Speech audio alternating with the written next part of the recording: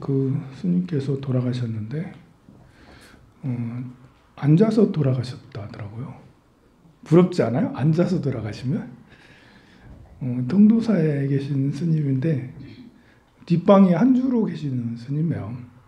통도사에서 한 40년 계셨는 모양이더라고요. 뒷방에 계신 스님이라서 이렇게 별로 안 유명한 스님이에요. 큰 스님 소리 한 번도 들어보지 못한. 저도 통도사 있을 때 그 스님 연세 많으신 노장님이 이렇게 많이 돌아다니 왔다 갔다 하시더라고요. 이렇게 별로 저도 안 존경했어요. 이렇게 법문도 하나도 안 하시고 선방에 다니시는 것도 아니고 뒷방에 왔다 갔다 이렇게 그리고 좀 그래 좀 그래가지고 그런데 스님께서 일주일 정도 이렇게 곡기를 끊으셨다 하더라고요. 곡기를 끊으시고는 자탈 앉아서 이렇게 돌아가셨대요. 아주 훌륭하죠. 여러분들도 좀 그래 보세요. 원력을 세우세요. 이렇게. 그러니까 지금부터 차곡차곡 원력을 세워서 지금부터 쭉 준비를 해가지고 그 스님께서는 평생 절에 사셨잖아요. 젊어서는 연세가 드셔서는 그렇게 존경받지는 못해도 요즘에는 절에 이렇게 한 절에 큰 절에 뒷방 얻어서 오랫동안 살기는 쉽지가 않거든요. 그 스님께서는 그래도 오랫동안 그렇게 굉장히 오랫동안 뒷방에 계셨는데 그렇다고 문중이 대단한 것 같지도 않았고 많은 사람들이 절에 이렇게 뒷방 얻어가지고 사는 게 정말 어렵다라고 하지만 본인만 착실하면 뒷방 얻어서 사는 건 저는 큰 문제가 없다라고 생각해요. 개인사나 통도사나 송광사 이렇게 큰 절들은 주지가 바뀌어도 다른 여기 이렇게 요 근처에 있는 말사들은 주지 바뀌면 기둥뿌리까지 바뀐다고 공양주 바꿔 정무소 바꿔 모든 걸 심지어 신도까지 바꾼다는 얘기 그렇게 하는데 큰 절들은 또 그렇게까지는 아니거든요. 근데 이렇게 스님께서 그런 모범을 보이신 것처럼 우리도 그래야 되지 않겠나. 저도 늘 자주 얘기하잖아요. 죽을 때 앉아서 죽는 게 내 꿈 중에 하나라고. 내 꿈은 그런 거예요. 그런데 또 한편으로 이렇게 생각할 수도 있죠. 그 자살 아니냐? 그 자살 아니냐? 이렇게. 노인 빈곤율이 굉장히 높고 작년 올해가 빈곤율이 44점 몇 프로라니까 한 45%. 노인 중에 상대적 빈곤율을 말하는 거예요. 상대적 빈곤율이 2011년도에는 한 50% 정도까지 더 됐었어요. 그때 제일 정점을 찍고 조금씩 낮아지고 있는데요. 이 상대적 빈곤율이라는 건 뭐냐면 우리나라 중위소득에 비해서 소득이 낮은 사람, 노인들이 반 정도가 중위소득이라면 얼마큼인지 알겠죠? 중위소득?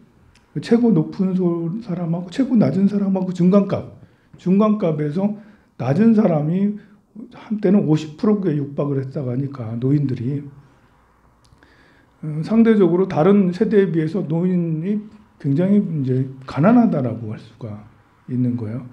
이거는 OECD 국가의 평균율 14%에 비하면 3배나 훨씬 더 많은 거예요. 그러니까 세상에서 모든 세계는 아니지만 OECD 국가 중에 우리나라에서 노후의 삶이 가장 불행할 수 있다. 빈곤하고 행복하고 연관이 있다고 주장한다면 다른 OECD 국가에 사는 것보다 대한민국에서 노후를 지내는 건 훨씬 불행하게 여긴다라고 할 수도 있겠죠. 그래서 그런지 사망률도 자살률도 빈곤율하고 자살률하고 똑같이 2배, 3배예요. 빈곤율이 3배잖아요. OECD 평균 자살률보다 거의 3배 가까이, 2배 반 정도 되는 굉장히 자살률도 높아요. 노인 자살률 말하는 거예요. 그러다 보니까 약 먹고 죽는 거하고 앉아서 이렇게 돌아가시는 분명히 다르죠, 그죠? 예, 분명히 저는 다르다고 생각을 하는데요. 뭐 이렇게 해서 이렇게 약 먹고 돌아가시나 스스로 곡기를 끊고 돌아가시나 같이 자살하냐? 라고 말한다면 참 그걸 그런 식으로 똑같이 본다는 것은 좀 약간 인정이 안 되죠, 그죠? 주장은 뭐 타당할 수 있으나 그거는 좀 다른 것 같다. 그분께서는 그래 스님께서는 입원도 안 하시고 입원을 했는지 안 했는지 모르겠는데 안 하시고 그 스스로 곡기를 끊고 자탈 앉아서 돌아가셨다니까 여러분들도 꼭 그렇게 하시면 이렇게 좋겠어요. 근데 그게 쉬운 건 아닌 것 같아요, 그죠? 그래서 스님께서는 평생을 절에 계셔서 많은 욕망을 제어하고 또 내가 어떻게 해야 이렇게 임종을 맞이해야겠다라는 이런 것들도 오래전부터 생각을 했었을 거예요. 혼자시잖아. 친척도 없고. 누가 뭐 이렇게 공양 올리는 사람, 신도도 별로 없어, 스님께서는. 그러면 이제 이렇게 스스로 이렇게 생각도 참 많으셨을 것 같아요. 또 이렇게 결국은 스님께서는 정진을 하셨구나. 우리가 볼 때는 정진 하나도, 공부도 하나도 안 하고 이렇게 그런 스님 같았는데 아니더라. 이제 진짜 공부를 하셨구나. 이렇게 겉으로 보이는 큰 스님들은 아파가지고 하다가 이제 산소호흡기 꽂고 막 이렇게 있다가 그래 돌아가시기도 하는데 이렇게 참 존경스러운 분이 이런 진주 같은 스님께서 이렇게 계셨구나라는 생각이 들어요. 우리 모두 그런 원력을 좀 일찍부터 세웠으면 좋겠습니다. 코로나 걸려서 돌아가신 김기덕 감독님은 참 난감하죠, 그죠? 김기덕 감독님은 코로나에 걸리셔가지고 합병증으로 인해가지고 연세도 아까 그 조금 전에 저탈인망 노장님은 한 80 넘으셨거든요. 80 넘으셨을 거예요 아마. 근데 김기덕 감독님은 나이도 이렇게 젊으신데 60세이신데 그런 분들을 쭉 보다 보니까 추모 반대하자 뭐 이렇게 하시는 사람도 있더라고요. 뭐 이렇게 그 성폭력에 대한 의심이 있어서 미투 운동 때 누가 이제 이렇게 그 미투를 했죠. 그것이 이제 이렇게 검찰 조사를 해서 검찰 조사는 증거 불충분으로 그거는 이제 이렇게 기소를 하지 않았고 그 영화 찍으면서 때렸는가 봐, 그 여성을. 폭행한 것은 이제 벌금 얼마더라? 벌금 얼마에 약식 기소를 했다라고 그렇게 해요. 그러니까 이제 법적으로는 성폭력자는 아닌 거예요. 법적으로는. 그걸로 이제 그 MBC를 상대로 10억 소송을 벌였어요. 10억 명예훼손죄로 MBC는 나에게 10억을 주라라고 이렇게 했는데 법원에서는 이제 패소. MBC 손을 들어준 편이죠. 그거랑 이제 그거였다고 성폭력이 진범이다 이거는 또 아닌 거죠. 언론사에게 명예훼손으로 이게 손해배상을 받는다는 건 거의 뭐 불가능에 가까워요. 어려워요. 언론이라는 것이 이렇게 터트리고 하는데 언론의 자유 알 권리가 있기 때문에 때로는 진실인지 진실이 아닌지 판단하기 어려운 이런 것들로 이제 언론에서 폭로를 했을 때는 그걸로 손배소를 받기 어렵기 때문에 그걸 패소했다고 감독이 성폭력자다라고 하기는 어렵고 조금 전에 말한 것처럼 무혐의가 아니라 증거 불충분으로 그건 아니라는 거죠. 그럼에도 불구하고 온 대중들은 이 사람은 분명히 그 일을 벌였을 거야. 성폭력을 분명히 했을 거야. 라고 다들 확신하는 그런 분위기죠. 그죠? 대부분 황산 스님이 A라는 여성을 성폭력했어. 라고 이제 일단 기사가 나고 나면 저는 이제 죽는 거예요. 더 이상의 미래는 없어요. 저도 공인 중에 한 명이기 때문에 충분히 그런 기사가 나갈 수도 있고 또 그런 기사가 나가고 난 다음에는 뭐 혜민 스님의 그건 아무것도 아니죠. 그죠? 혜민 스님은 그거보다 약한 거잖아. 그죠? 풀소유적인 거기 때문에 그런데 제가 안 했을 수도 있잖아. 좀 난감하죠, 그죠? 그래 참 어려운 문제 같습니다. 저는 이것의 문제는 우리 시대의 문제다 저는 생각을 해요. 여러분의 세대에 젊었을 때 뭐 곳곳에서 눈에 보이지 않는 곳에서 자행됐던 그런 것들이 굉장히 많았기 때문에, 또 이것은 이렇게 벼럽이기도 하지만 본인이 이렇게 김기덕 감독님이 도덕적으로 완성됐으면 얼마나 좋았겠냐마는 많은 성인들이, 남성들이 그런 데 노출돼 있고, 또 이렇게 영화계에서는, 연예계는 더 많이 노출돼 있죠. 그게 만나는 게 다 그런 거니까. 그래서 거기에서 한 번도 본인이 이렇게 성폭력 내지 그런 비슷한 것을 하지 않았다면 진짜 쉽지 않은, 마음을 정말 많이 닦아야지, 도덕성이 굉장히 순결해야지 가질 수 있는 건데요. 그만큼 우리나라에서는 환경이 쉽지가 않았다라는 거예요. 그래서 김기덕 감독님을 변호하기보다는 그게 아니고, 그거보다 더 중요한 것은, 우리에게 더 중요한 것은 교육이다, 성교육이다. 그런 환경들을 만들지 말아야 된다.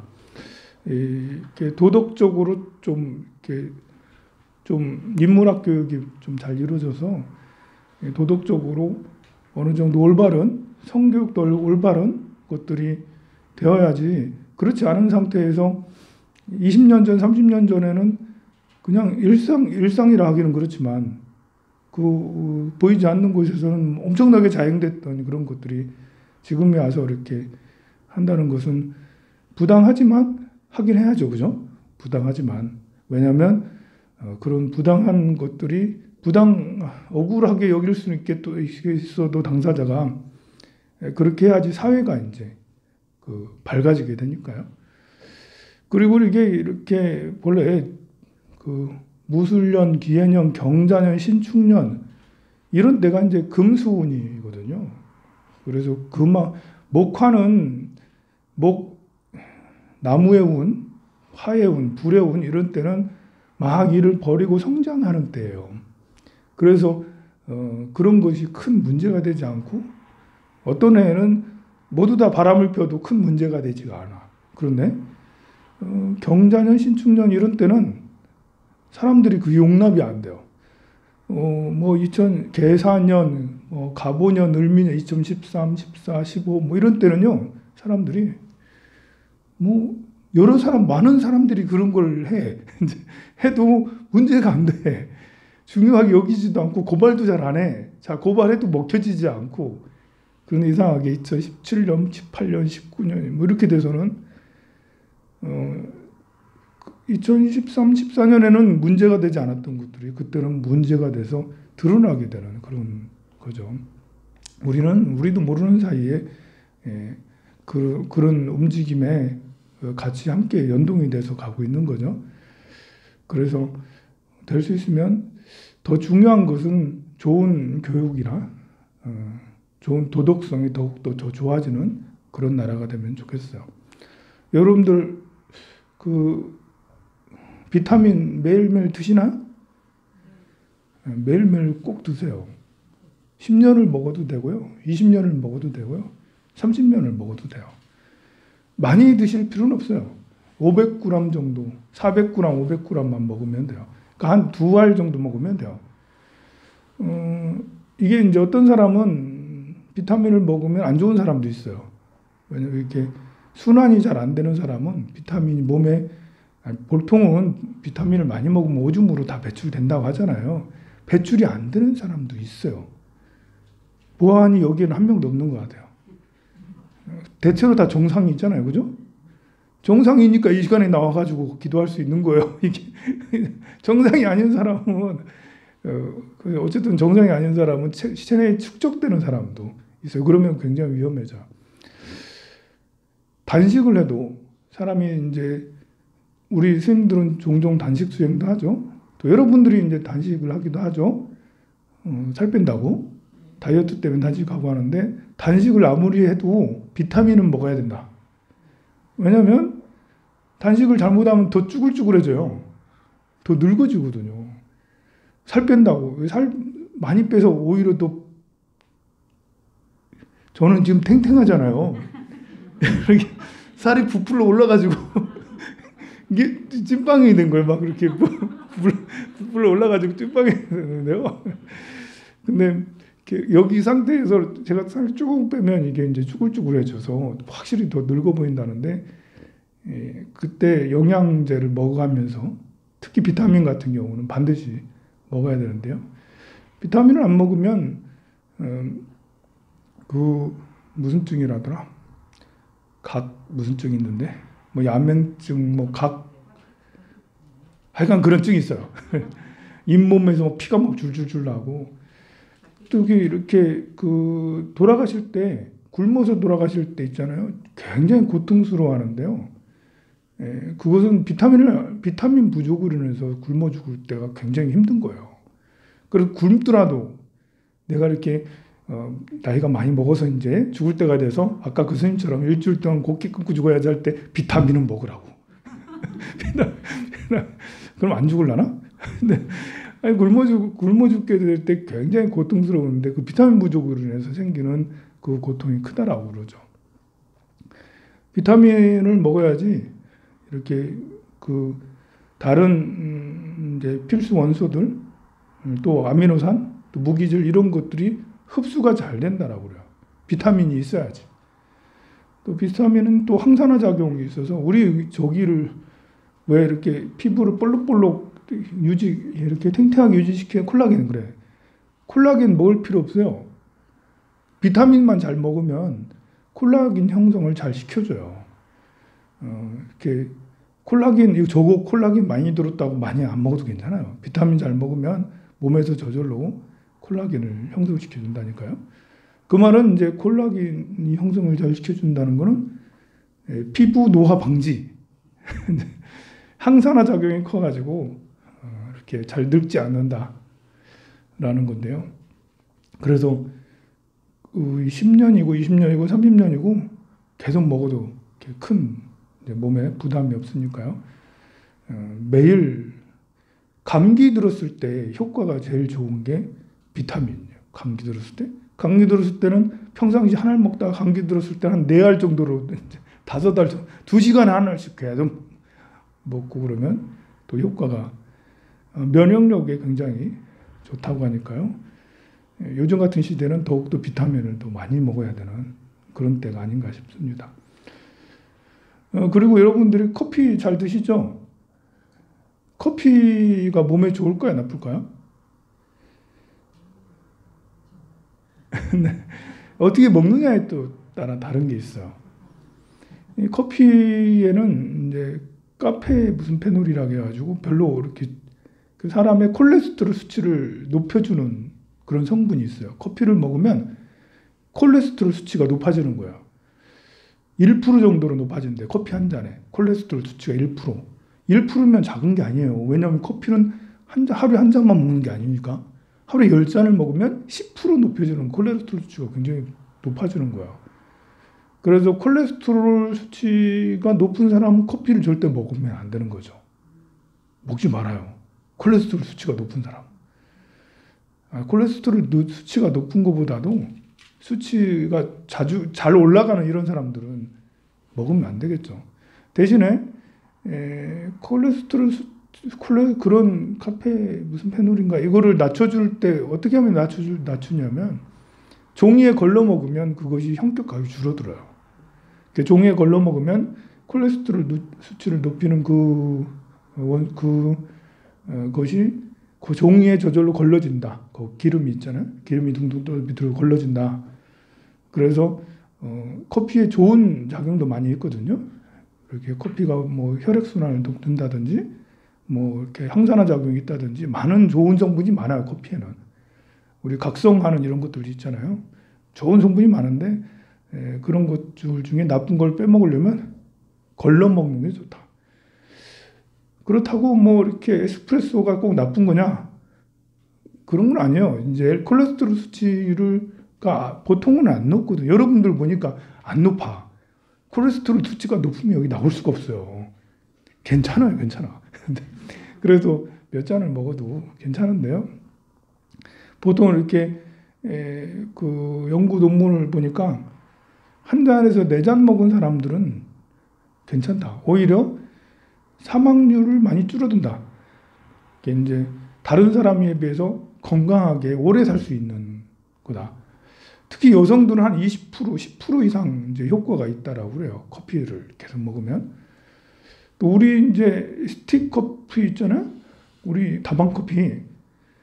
다방 커피는 그러면 그 다방 커피 만들 때요. 이렇게 콜레스테롤 수치를 높이는 그 성분을 이렇게 정제하고 만들어요. 그래서 여러분들 다방 커피 마시면 굉장히 해롭다라는데 꼭 그런 건 아니에요.